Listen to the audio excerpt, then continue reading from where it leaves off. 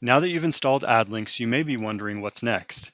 In this video, I'll walk you through exactly what you need to know to make your campaign successful now that your pixel is receiving enhanced AdLinks data. Before installing AdLinks, your previous setup looked something like this. Data was sent from your website directly to your Meta pixel, likely through the Shopify CAPI integration. After installing AdLinks, your website data is now being sent to 2 pixels. It continues to flow to your original pixel through Shopify CAPI, and it will also now flow to your new AdLinks pixel through the AdLinks CAPI integration after being enriched with user data on AdLinks servers. With this setup in place, you'll next need to configure aggregated event measurement, allow the new pixel to seed for about 1 to 2 weeks depending on the volume of purchases your site processes, and then you have 2 options moving forward. You can either run an A/B test to prove that AdLinks will deliver value for your brand, or you can dive right in and begin to transfer your campaigns to your new AdLinks pixel immediately. I'll provide some additional information about both of these options. Now, regardless of the option you choose, you'll need to first configure aggregated event measurement in Facebook Business Manager. Aggregated event measurement is Facebook's response to iOS 14's privacy updates. To remain on Apple's App Store, Facebook will not target individuals based on data from opted-out users. However, Facebook will still use data from these users in its optimization algorithms, but it does so in an aggregated way. To set up aggregated event measurement, open up your original pixel in Events Manager. Then, click on the Aggregated Event Measurement tab, and then click on Manage Events. On the next page, find your domain and set up the event order to appear exactly as seen here. You'll notice that the events on top receive the highest priority in aggregated event measurement. Those on the bottom receive the lowest priority. Aggregated event measurement allows you to prioritize only 8 events per domain. Purchase events should be on top. You'll want to place the AdLinks purchase event first, then the original pixel purchase event. You'll continue this pattern for initiate checkouts, add to carts, and view contents, staggering the pixel as seen here.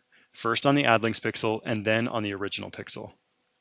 In aggregated event measurement, you'll notice that the purchase event has a toggle for turning on and off value optimization. Value optimization requires 4 aggregated event measurement slots and should be turned off during the AdLinks test. Now, what will happen when you turn off value optimization? During the AdLinks test and transition period, you will be unable to run ads with bidding strategies that rely on conversion value, like target ROAS or value maximization. Also, you need to be aware that the conversion value reported in Facebook Ads Manager will be less accurate while value optimization is turned off. However, the number of reported purchases will not be affected. If your campaigns rely on value optimization and you do not want to turn it off during the AdLinks test and transition period, you can set up aggregated event measurement to include the purchase event on the AdLinks pixel and the purchase event on the original pixel with value optimization turned on for both events. Each event will require 4 slots in aggregated event measurement, so you will be unable to use campaigns that optimize using initiate checkout, add to carts, or view content events until the AdLinks transition period is over. Next, the general rule of thumb is to allow the new pixel to seed for about 2 weeks before starting an A/B test or before transitioning campaigns to the new pixel. If your site processes a large number of purchases per week, you may be able to reduce the seeding period to about a week. After that seeding period is over, you can either set up an A/B test or you can immediately begin to transition your campaigns to the new pixel. If you'd like to run a test, I'll explain how to do that next. To set up a test, you'll create a campaign with 2 ad sets. Both ad sets will be nearly identical. They should contain the same ads, the same audiences, the same budget, and the same bidding strategy. The only difference across the 2 ad sets will be the pixel that you choose for the conversion event. On one ad set, you'll choose the original pixel, and on the other ad set, you'll choose the new AdLinks pixel. This screenshot shows where you choose the pixel in the ad set setup. Again, you'll choose the original pixel for one ad set and the AdLinks pixel for the other ad set. During the AdLinks test, we encourage you to use the AdLinks Chrome extension to monitor the progress of your campaign performance. The Chrome extension injects your data from AdLinks servers directly into Facebook Ads Manager so that you can easily compare performance across campaigns, ad sets, and individual ads. You can also compare the data that you are seeing in Ads Manager with data being collected by AdLinks.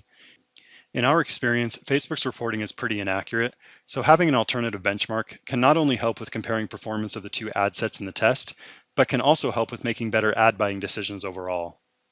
The Chrome extension is powered based on URL parameters that are placed on each ad. You must set these URL parameters to start viewing AdLinks data in your Ads Manager. I'll illustrate how to do this with an existing ad. After hovering over an ad, you can click on the Edit button. Then you can scroll down until you find the tracking portion of the ad.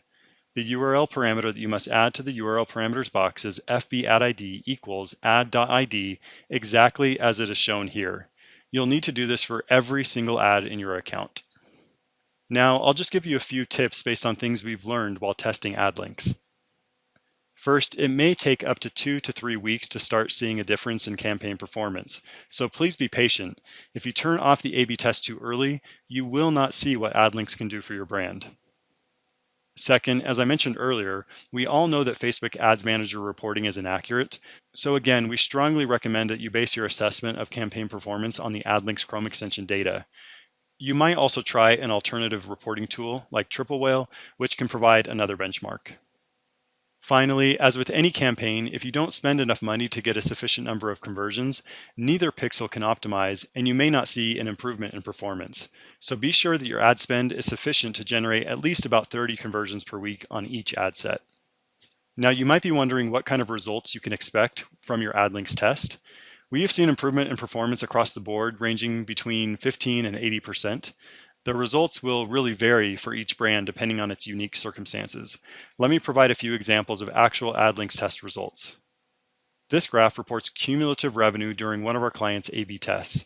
The blue line is the ad set performance based on the AdLinks pixel, and the gray line is the ad set performance based on the original pixel. During the first week of the test, the two ad sets performed similarly. However, by the end of the test, the ad set based on the AdLinks pixel outperformed the ad set based on the original pixel by 44.5%. ROAS was 1.61 on the original pixel ad set and 2.32 on the AdLinks pixel ad set. For another client, we saw even greater improvement. Revenue was higher by 66%. ROAS improved from 1.92 to 3.17 on the AdLinks pixel ad set relative to the original pixel ad set. Now, what should you do after the test is complete? Or what should you do if you'd rather skip the A/B test altogether? The next step in the AdLinks process is to transition your campaigns to your new AdLinks pixel. We recommend doing this bit by bit over the course of a few weeks or a month, as it makes sense to phase out and begin new campaigns. Once you've fully transitioned your campaigns to your new AdLinks pixel, you'll then need to reconfigure aggregated event measurement. So let me show you exactly what that should look like. With all campaigns on the new AdLinks pixel, there is no need for the original pixel to be in aggregated event measurement. You'll set your events in this order, with the purchase event having the highest priority, then initiate checkout, then add to cart, and then view content receiving the lowest priority. On the purchase event, you should now turn on value optimization with 4 events. With value optimization turned back on, you'll now be able to run ads with bidding strategies that rely on conversion value like target ROAS. And that's it. We hope you find success with your campaigns now that you have AdLinks enriched data flowing to your pixel. Good luck.